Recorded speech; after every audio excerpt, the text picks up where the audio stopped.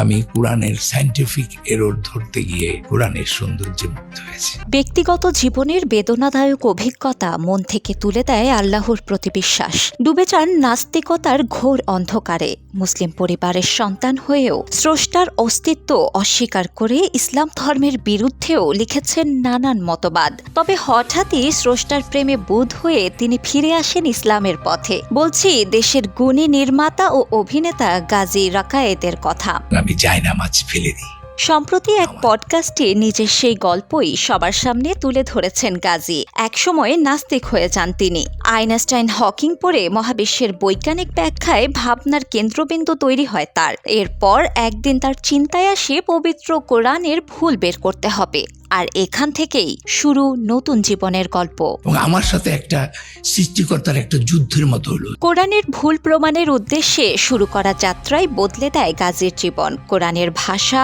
ভাব ও গাণিতিক বিন্যাস তাকে বিস্মিত করে। বিশেষ করে বিগ ব্যাং তত্ত্ব, সূর্যের কক্ষপথ ও সাগরের পানির স্তর সম্পর্কে কোরআনের আয়াত, গাণিতিক সামঞ্জস্য তাকে মুগ্ধ করে। সম্প্রতি এক পডকাস্টে তিনি বলেন, কিছুদিন আগে বিজ্ঞানীরা যে আবিষ্কার করেছেন 1400 বছর আগে, কিভাবে কোরআনে তা ব্যাখ্যা করেছেন আল্লাহ।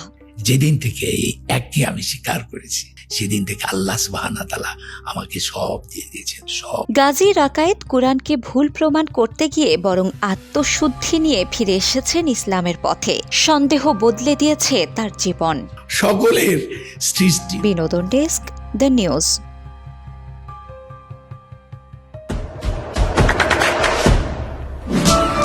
দেশে দেশে সবার সাথে দ্য নিউজ।